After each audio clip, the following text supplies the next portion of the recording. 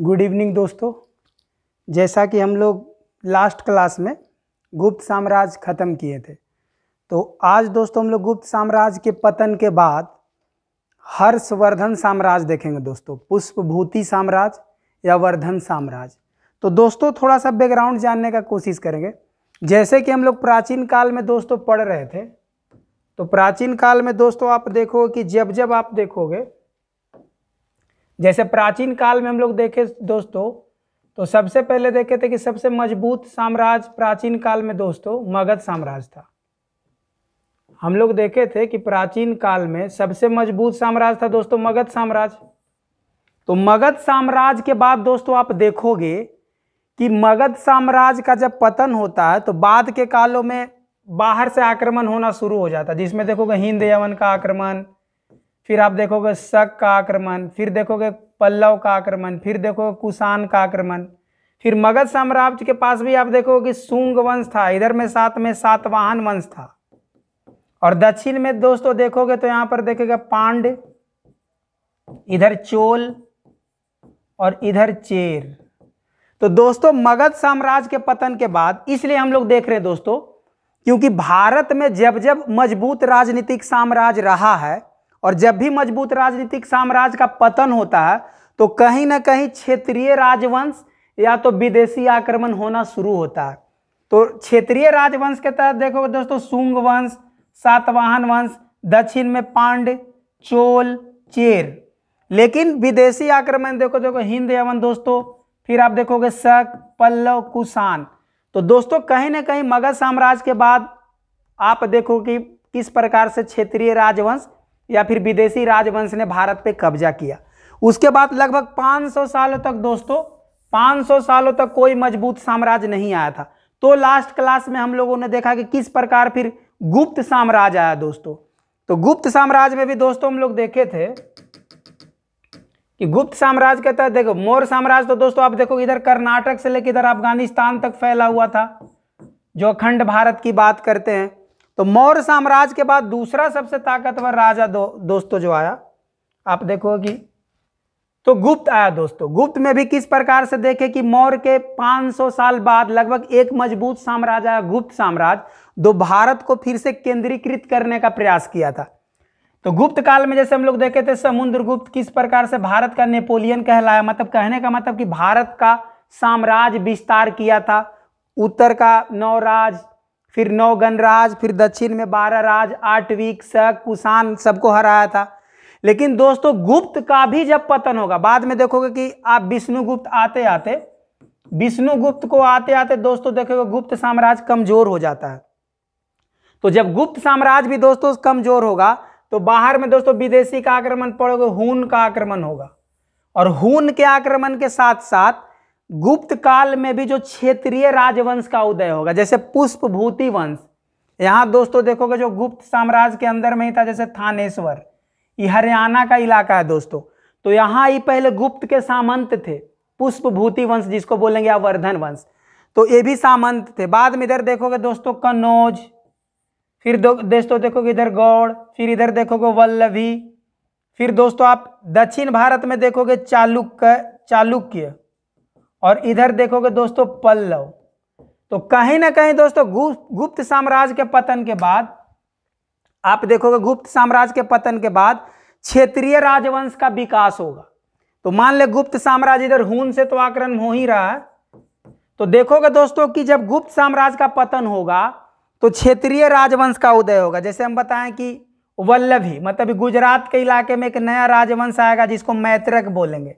इसका राजा देखोगे दोस्तों ध्रुवसेन द्वितीय, इसके बारे में हम लोग पढ़ेंगे।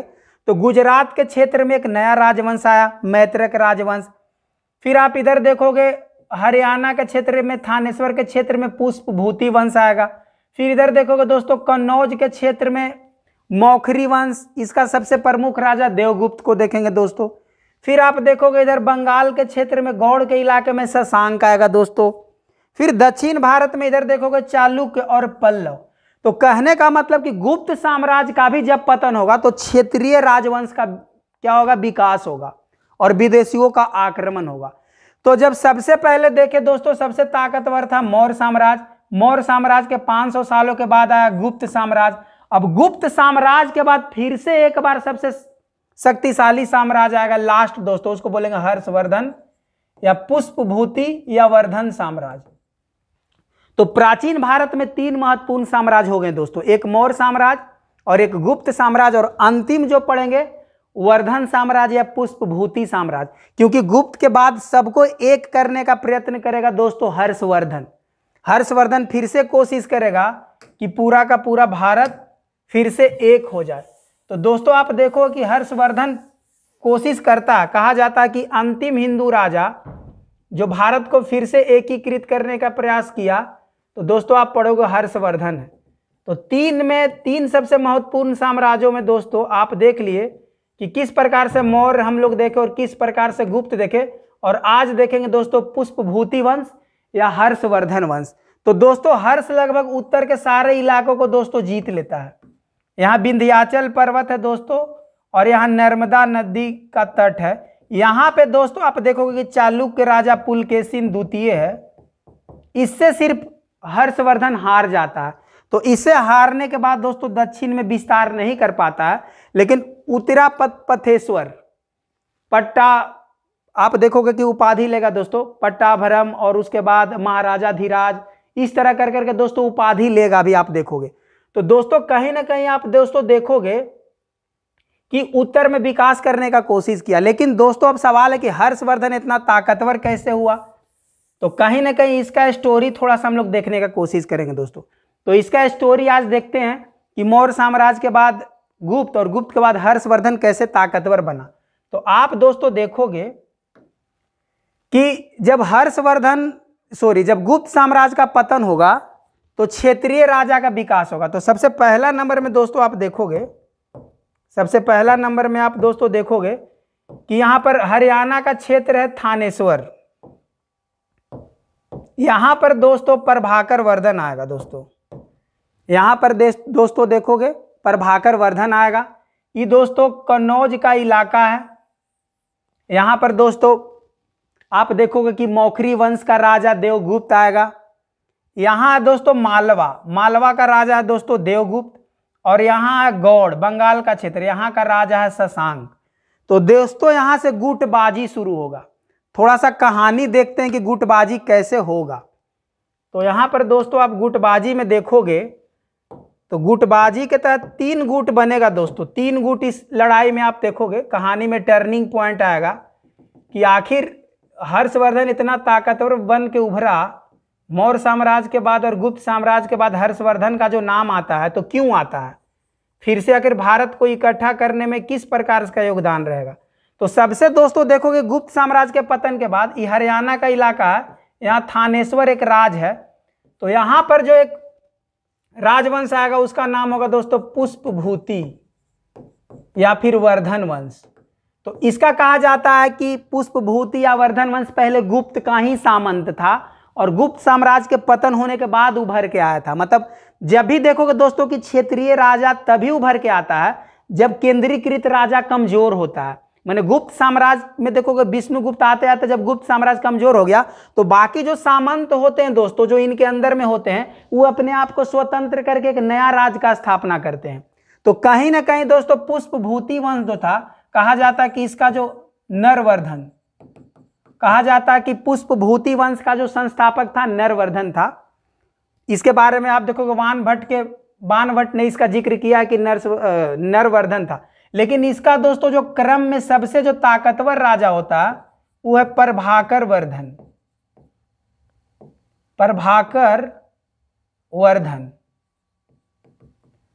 और प्रभाकर वर्धन का दोस्तों देखोगे, प्रभाकर वर्धन जो शादी करता है यशोमती से, और इसका 3 बेटा होता है, 2 बेटा और 1 बेटी, राजवर्धन, हर्षवर्धन और राजश्री। तो दोस्तों ये कहानी पहले हम बता रहे थानेश्वर का, जो हरियाणा के क्षेत्र में है, जो गुप्त वंश का सामंत होता है। तो पूछेगा पुष्पभूति वंश का संस्थापक कौन है, तो सामान्यतः नरवर्धन बोला जाता है, लेकिन वास्तविक रूप में माना जाता है कि प्रभाकर वर्धन जो है कि पुष्पभूति वंश या वर्धन वंश का संस्थापक था।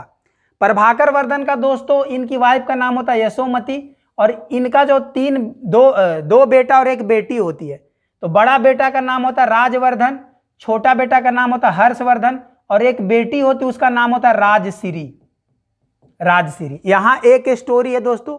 एक दूसरा स्टोरी है दोस्तों, तो कि आप देखोगे कन्नौज का इलाका है, यूपी बिहार के दोआब के क्षेत्र में कन्नौज का इलाका है। इसमें एक दोस्तों देखोगे कि यहां पर मैत्रक वंश है, सॉरी मौखरी वंश है, और इस वंश का राजा का नाम है दोस्तों देवगुप्त। देवगुप्त, सॉरी गृह वर्मा।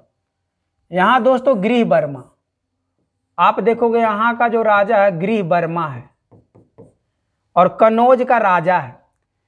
तो दो आप देखोगे इन लोग दोनों के बीच में दोस्ती होगा। और एक दोस्तों मालवा का क्षेत्र है, यहाँ एमपी का क्षेत्र, यहां का जो राजा है उसका नाम है दोस्तों देवगुप्त। और एक बंगाल में गौड़ का इलाका है, इसका राजा है शशांक।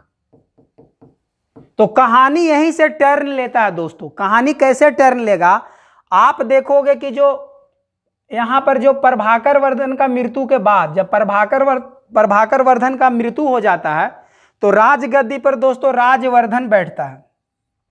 प्रभाकर वर्धन के बारे में कहा जाता है कि इन्होंने भी हूनों को पराजित किया था, और आप देखोगे उत्तर के कई राज्यों को पराजित किया था। इन्होंने भी महाराजा धीराज का उपाधि लिया था।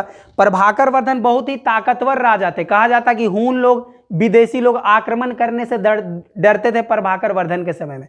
तो प्रभाकर वर्धन दोस्तों बहुत ही ताकतवर राजा था पुष्पभूति वंश में। लेकिन जैसे इनका अचानक मृत्यु होता है तो इनका मृत्यु के बाद दोस्तों राजवर्धन गद्दी पे बैठता है। तो राजवर्धन थानेश्वर का राजा बन गया, नया राजा।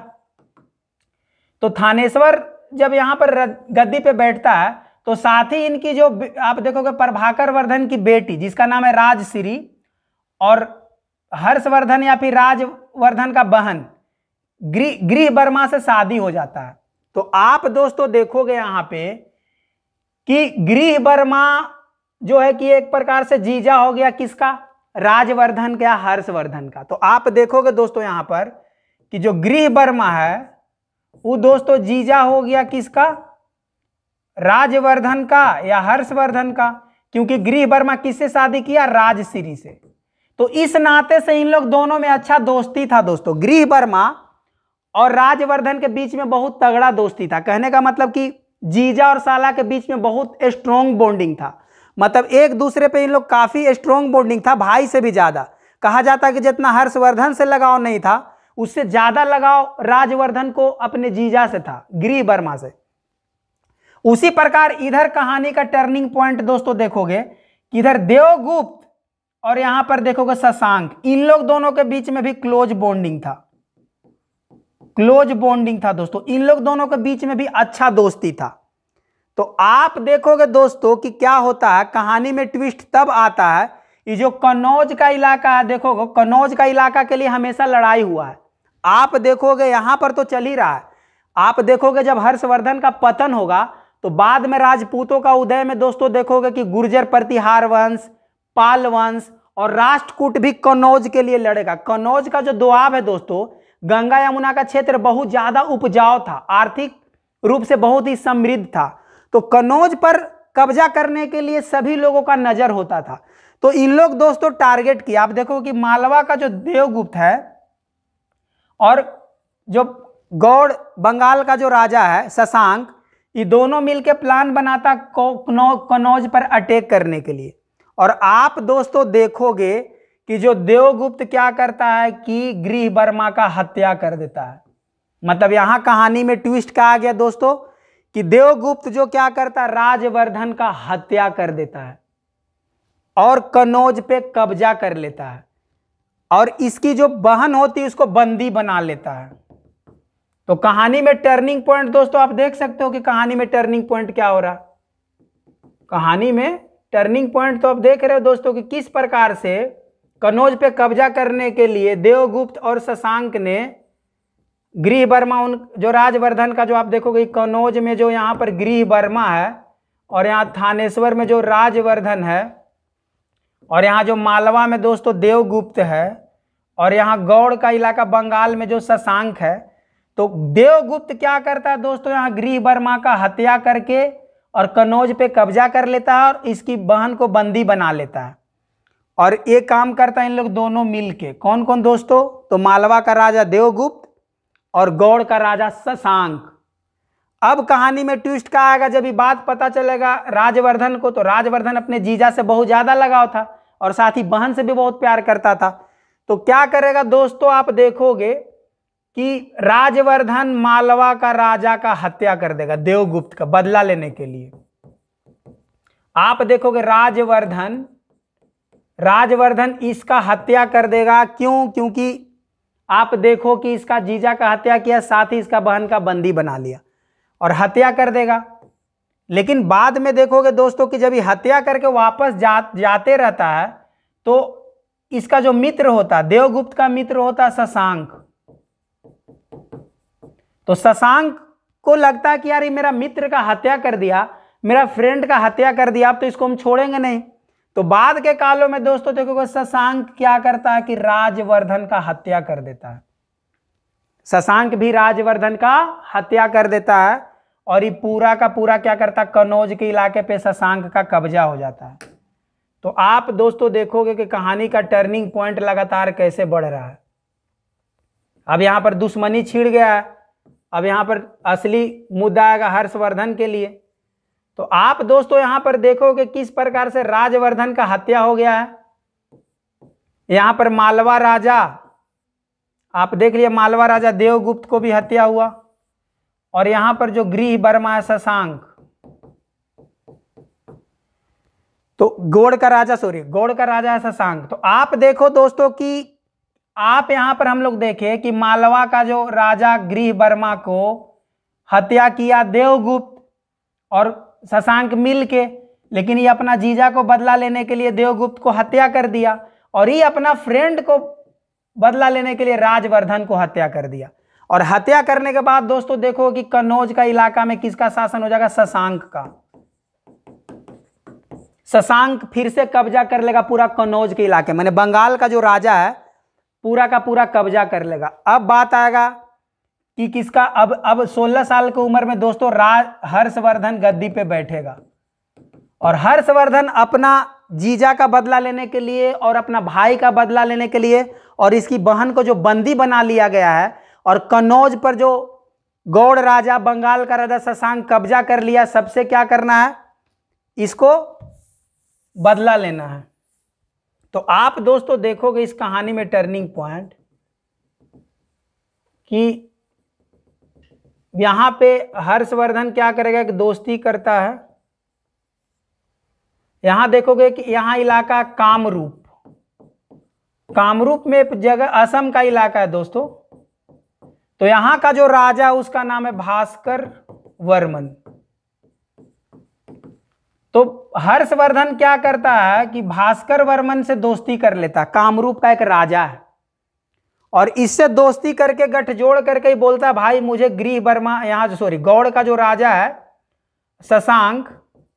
शशांक से मुझे बदला लेना है, क्योंकि शशांक ने मेरे भाई का भी हत्या कर दिया था और इसका जो मित्र था देवगुप्त वो मेरे जीजा का हत्या कर दिया था।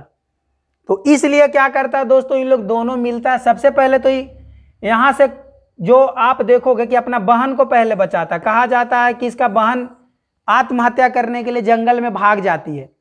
तो क्या करता है कि हर्षवर्धन और भास्कर मिल के उसको लाता है, अपना बहन को बचाता है। बचाने के बाद दोस्तों देखोगे कनौज के इलाके पे इन लोग कब्जा कर लेता है, कनौज जो इसका, और संयुक्त रूप से हर्षवर्धन और इसकी बहन यहाँ का दोस्तों साम्राज्य संभालता है। और दोस्तों कहा जाता है कि शशांक को मारने के लिए हर्षवर्धन और भास्कर दोस्तों आता है, लेकिन कहा जाता है कि इसको पराजित नहीं कर पाता, शशांक को मार नहीं पाता।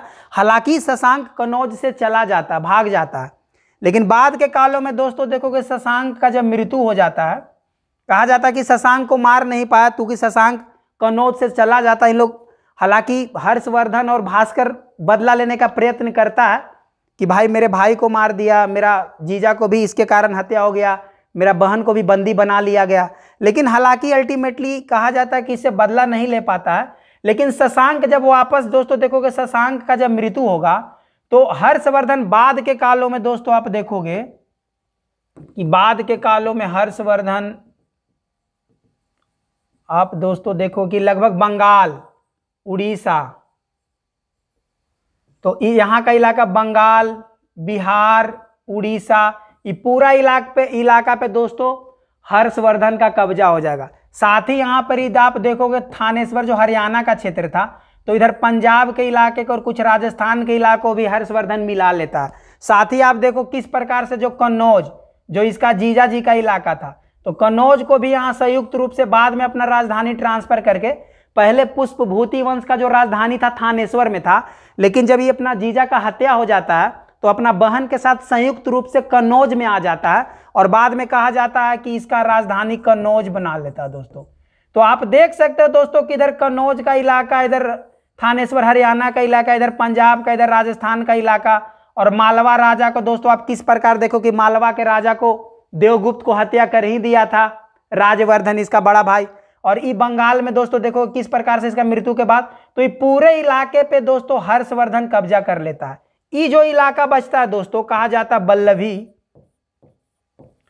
तो बल्लभी के इलाके, बल्लभी को भी यहां पर, बल्लभी में दोस्तों देखोगे यहां पर जो मैत्रक होगा, तो मैत्रक वंश का जो राजा होता है उसका नाम होता है ध्रुवसेन द्वितीय। ध्रुवसेन द्वितीय, तो ध्रुवसेन द्वितीय को दोस्तों हरा देता है। कहा जाता है कि 2-3 बार हर्षवर्धन इधर बल्लभी राजा को हराता है, लेकिन अंततः देखोगे दोस्तों कि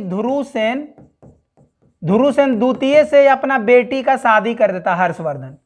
तो वैवाहिक संबंध के माध्यम से भी, और ध्रुवसेन इसका अधीनता स्वीकार कर लेता है, मतलब ध्रुवसेन सामंत बन जाता है किसका, हर्षवर्धन का। तो आप देख सकते हो दोस्तों कि प्राचीन काल में सबसे ताकतवर साम्राज्य मौर्य था। किस प्रकार साम्राज्य विस्तार किया, कर्नाटक से लेकर अफगानिस्तान, फिर बीच के कालों में सूना रहा, एकदम आप देखोगे क्षेत्रीय राजवंश रहा। तो गुप्त आया और गुप्त फिर से एक केंद्रीकृत साम्राज्य बनाने का प्रयत्न किया भारत को। और गुप्त के बाद देखो कि अंततः सबसे अंतिम राजा, कहा जाता है कि हर्षवर्धन सबसे अंतिम हिंदू राजा था जो भारत को केंद्रीकृत करने का प्रयत्न किया। तो दोस्तों आप देखोगे कि थानेश्वर में हरियाणा पंजाब का इलाका को कब्जा किया, कन्नौज को किया, किस प्रकार शशांक के बाद बिहार बंगाल उड़ीसा को कब्जा किया, बल्लभी में गुजरात के इलाकों को कब्जा किया, किसको हरा के, तो ध्रुवसेन द्वितीय को हरा के। हालांकि बाद में अपना बेटी का विवाह किया था। दोस्तों जो अंतिम इलाका था आप देखोगे हर्षवर्धन सोचा था कि पूरा का पूरा इलाका को मैं कब्जा कर लूं, लेकिन पूरा का पूरा इलाका का कब्जा करना दोस्तों आसान नहीं था, क्योंकि आप देखोगे जैसे बिंद को पार करेगा, विंध्याचल पर्वत दोस्तों जैसे पार करेगा, आप देखोगे मैप में कि विंध्याचल पर्वत भारत को 2 भागों में बांटता है, उत्तर भारत और दक्षिण भारत। तो यही विंध्याचल के क्षेत्र में दोस्तों नर्मदा नदी के तट पे दोस्तों जब हर्षवर्धन दक्षिण में भी जीतने का प्रयत्न करता है, क्योंकि उत्तर भारत को जीत ही लिया। आप किस प्रकार देखो थानेश्वर में हरियाणा का क्षेत्र, इधर पंजाब का क्षेत्र, इधर राजस्थान का क्षेत्र, इधर कन्नौज का इलाका, बंगाल बिहार उड़ीसा का इलाका जीत ही लिया। अब अंततः जब दक्षिण में आता तो यहाँ पर चालुक्य द्वितीय, यहाँ पर चालुक्य राजा पुलकेशिन द्वितीय के साथ नर्मदा नदी पे युद्ध होता है। और कहा जाता है यहाँ पर एक एहोल अभिलेख आप पढ़ोगे, तो एहोल अभिलेख में जिक्र किया गया है दोस्तों कि पुलकेशिन द्वितीय से हर्षवर्धन हार जाता है और इस प्रकार दक्षिण में अपना साम्राज्य विस्तार का इरादा छोड़ देता है। हारने कहने का मतलब यहाँ पर आप किसी को जीत नहीं पाए तो हार गए, कहने का मतलब कि आप दक्षिण भारत को नहीं जीत पाए, मतलब आप युद्ध करने जाएं उसको जीत नहीं पाए, तो उसको बोला गया हार गए। तो यहाँ पर एहोल अभिलेख दोस्तों रवि कृति के द्वारा लिखा गया है, जो कि पुलकेशिन द्वितीय का कवि था।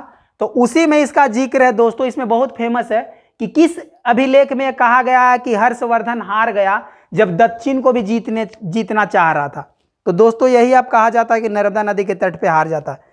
तो इसके बाद दोस्तों आप देखो कि भारत जो हर्षवर्धन है सिर्फ उत्तर भारत तक ही विस्तार कर पाता है और दक्षिण भारत तक नहीं जा पाता है। तो दोस्तों हम लोग देख लिए कि किस प्रकार से राजनीतिक इतिहास हम लोग देखें मौर्य काल का, गुप्त काल का और हर्षवर्धन काल का एक क्रम में। बाद में दोस्तों देखोगे कि अभी फिर जब हर्षवर्धन का पतन होगा तो राजपूतों का उदय होगा। राजपूत काल में पढ़ोगे गुर्जर प्रतिहार वंश, पाल वंश, राष्ट्रकूट। फिर दोस्तों जब इन लोगों का पतन होगा तो आएगा दिल्ली सल्तनत। फिर दिल्ली सल्तनत का पतन होगा तो मुगल काल, और मुगल काल का पतन होगा तो अंग्रेज। तो दोस्तों कहीं ना कहीं भारत का केंद्रीकृत विकास लगातार आप देखोगे इस क्रम के माध्यम से। थोड़ा फैक्ट हम लोग दोस्तों देख लेते हैं कि आखिर इसमें कुछ इंपॉर्टेंट फैक्ट दोस्तों जो हम लोग को एग्जाम पॉइंट व्यू से इंपॉर्टेंट है, जो आप लोग नोट करोगे दोस्तों। तो दोस्तों देख सकते हो कि पहले मौर्य देखो दोस्तों कहां तक विस्तार था, यहां से लेके यहां। प्राचीन काल में सबसे ताकतवर साम्राज्य मौर्य के बाद दोस्तों देखें किस प्रकार से 500 सालों तक पूरा सूखा अकाल पड़ा हुआ था। फिर बाद में भारत को केंद्रीकृत करने का प्रयास किया दोस्तों गुप्त साम्राज्य कोशिश किया था, जिसके तहत समुद्रगुप्त को देखे तो दोस्तों किस प्रकार से भारत का नेपोलियन कहा गया, साम्राज्य विस्तार करने का कोशिश किया।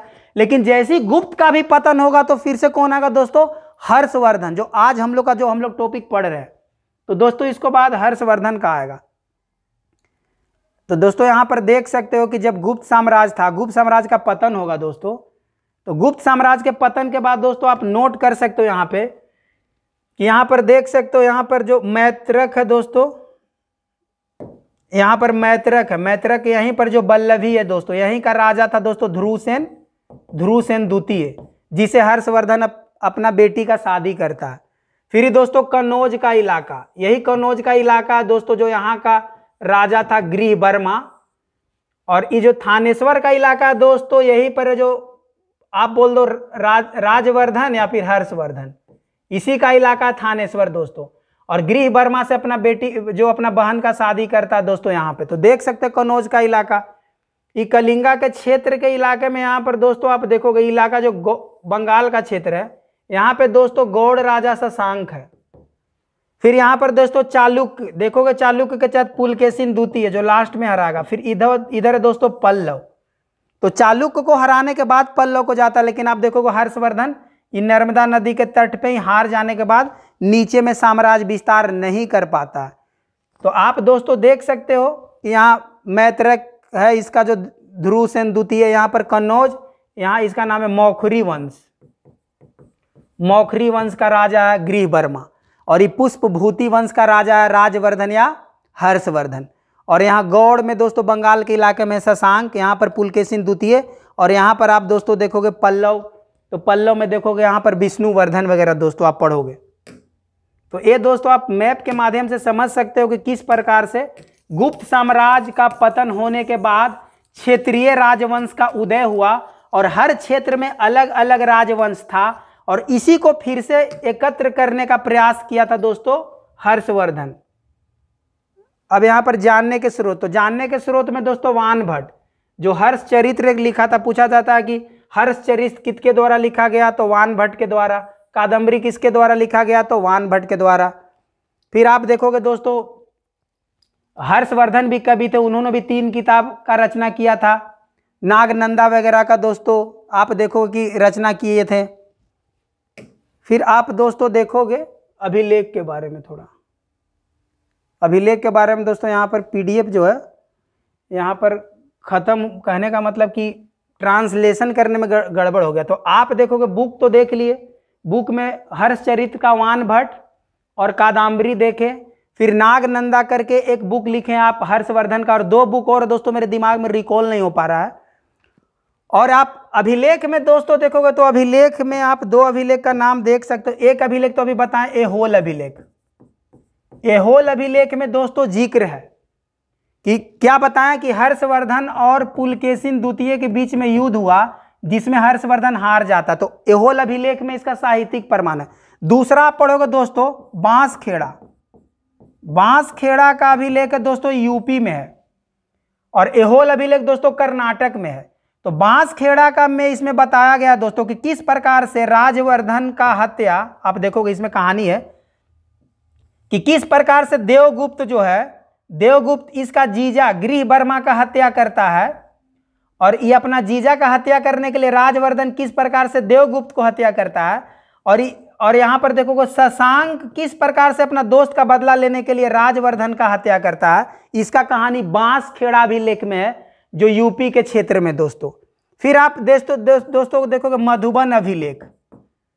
एक होता है मधुबन अभिलेख। तो मधुबन अभिलेख में दोस्तों हर्षवर्धन का 4 वंशावली का जिक्र है, कि हर्षवर्धन जो आप पढ़ोगे पुष्पभूति का 4 वंशावली का जिक्र है। तो कहीं ना कहीं दोस्तों अगर आपसे सवाल में पूछ लिया जाए कि भाई बताइए कि हर्षवर्धन का इतिहास जानने का स्रोत क्या है, तो कम से कम वान भट्ट, हर्षचरित्र और कादम्बरी और नागनंदा जो लिखा गया है, किसके द्वारा लिखा गया है दोस्तों? तो हर्षवर्धन के द्वारा। हर्षवर्धन भी 3 बुक लिखे थे दोस्तों। फिर बाद में आप दोस्तों अभिलेख में भी 3 अभिलेख देख लिए दोस्तों, ऐहोल का अभिलेख, बांसखेड़ा का अभिलेख, फिर मधुबन का अभिलेख। तो दोस्तों अभिलेख से भी देख लिए।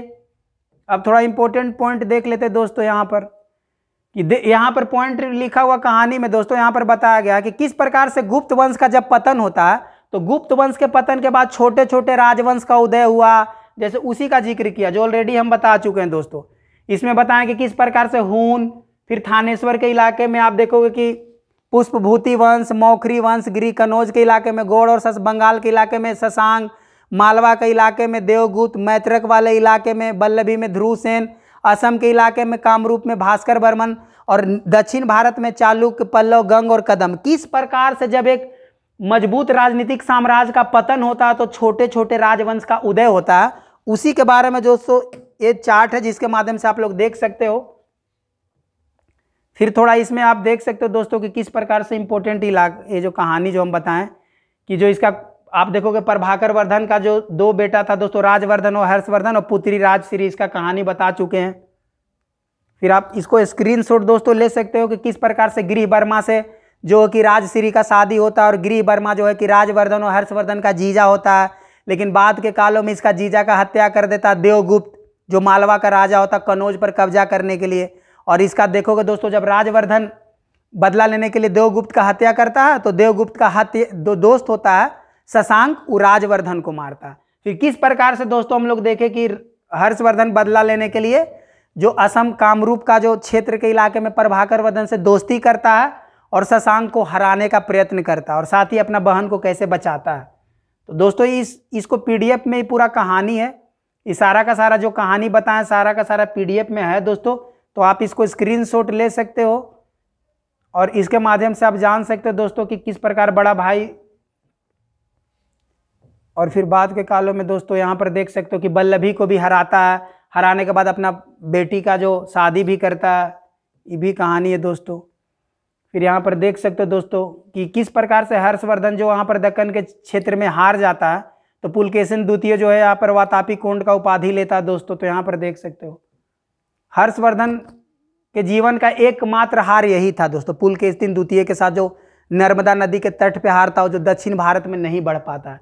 तो वही दोस्तों ये कह रहा है कि मात्र अंतिम हार था। हाँ, और एक इंपॉर्टेंट पॉइंट है दोस्तों, जो इसके हर्षवर्धन के काल में जो आप देखो दोस्तों हेनसांग आया था, तो इससे भी हर्षवर्धन का इतिहास के बारे में पता चलता। अभी बताया कादम्बरी और हर्षचरित्र, नागनंदा और हेनसोंग जो चीनी यात्रा था, लगभग कहा जाता है कि 10 साल भारत में रहा था, नालंदा विश्वविद्यालय में पढ़ाई भी किया था दोस्तों, बौद्ध ग्रंथ पे रचना भी आप देखोगे कि बौद्ध ग्रंथ पे स्टडी कर रहा था।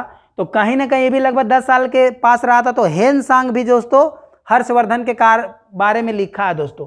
तो यहाँ से भी एक सवाल पूछता है कि हर्षवर्धन किसके काल में आया था, और सेम क्वेश्चन पूछेगा फाहियान किसके काल में आया था, तो चंद्रगुप्त द्वितीय, वो भी नालंदा विश्वविद्यालय में पढ़ाई किया था दोस्तों, जिसमें हम बताया तो उस समय नालंदा विश्वविद्यालय के कुलपति शीलभद्र थे, जो योग गुरु थे। तो इस प्रकार यहाँ पर सवाल देखोगे हेनसोंग जो आया था हर्षवर्धन के काल में। तो यहाँ से भी सवाल। और हाँ, कुंभ मेला के बारे में कहा जाता है कि कुंभ मेला का जो उद्घाटन किए थे, मतलब स्थापना बोल दो दोस्तों, कि सबसे पहले जो यही किए 5 साल में रह के एक बहुत बड़ा हिंदू उत्सव का आयोजन करते थे। तो कहा जाता था कि जो हर्षवर्धन अपने शासन काल में हर 5 साल में गंगा यमुना और सरस्वती के संगम पर धार्मिक त्यौहार, तो यहीं से दोस्तों कहा जाता कुंभ मेला का शुरुआत। और हर्षवर्धन के बारे में यह भी दोस्तों कहा जाता है कि अंतिम हिंदू राजा। हालांकि बाद के कालों में देखोगे दोस्तों कि महायान धर्म से प्रभावित होकर महायान यानी बौद्ध धर्म में अपना लिए थे। बाद के कालों में देखोगे हालांकि बाकी सभी धर्मों का संरक्षण दिए, वैष्णव, शैव, ब्राह्मण, हिंदू और यहाँ तक कि जैन, बौद्ध, सभी धर्मों का संरक्षण दिए थे। तो दोस्तों यहाँ से भी इंपॉर्टेंट फैक्ट सवाल आ सकता है। और हेनसोंग किस प्रकार से यहाँ नालंदा विश्वविद्यालय में यहाँ शिक्षा लिया था दोस्तों। हाँ दोस्तों, यहाँ पर जो जिसका बारे में हर्षवर्धन एक अच्छे कुशल लेखक थे, उन्होंने 3 दोस्तों जिसका नाम हम भूल रहे थे दोस्तों, यहाँ पर आ गया। एक का तो मैं यहाँ पर नागनंदा, दूसरा रत्नावली और तीसरा दोस्तों प्रियदर्शिका है। तो यहाँ से भी दोस्तों आप देखोगे हर्षवर्धन का कहानी के बारे में पता चलता है। और वानभट्ट के बारे में दोस्तों जान ही रहते, इन्होंने 2 बुक लिखा, एक कादम्बरी और एक हर्षचरित।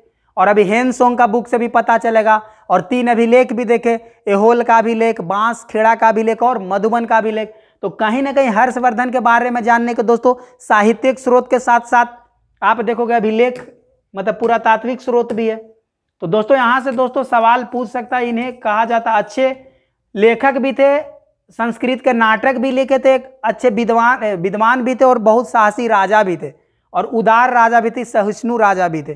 तो देखो हर्ष के बारे में दोस्तों आप देख सकते हो कि कितने सारे महत्वपूर्ण फैक्ट है। फिर कहा जाता है दोस्तों कि संयुक्त रूप से यहाँ पर, हाँ इसके अलावा ये जो कवि थे वानभट्ट के द्वारा एक और बुक भी लिखा गया था संयुक्त रूप से, शतक त्रयी, मतलब 3 तरह का बुक लिखे थे दोस्तों शतक त्रयी में, जिसमें एक आता नीति शतक, दूसरा आता दोस्तों श्रृंगार शतक और तीसरा वैराग शतक। तो यहाँ पर कहा गया है कि जो वानभट्ट के द्वारा एक और बुक लिखा गया दोस्तों जिसको बोला गया शतक त्रयी। जैसे 3 बुक कौन लिखे थे? हर्षवर्धन का भी देख लिए दोस्तों यहाँ पर कि 3 बुक लिखे थे। उसी प्रकार यहाँ पर दोस्तों आप देख सकते हो 3 बुक में यहाँ पर नाम देख लो दोस्तों, नागनंदा, रत्नावली और प्रियदर्शिका।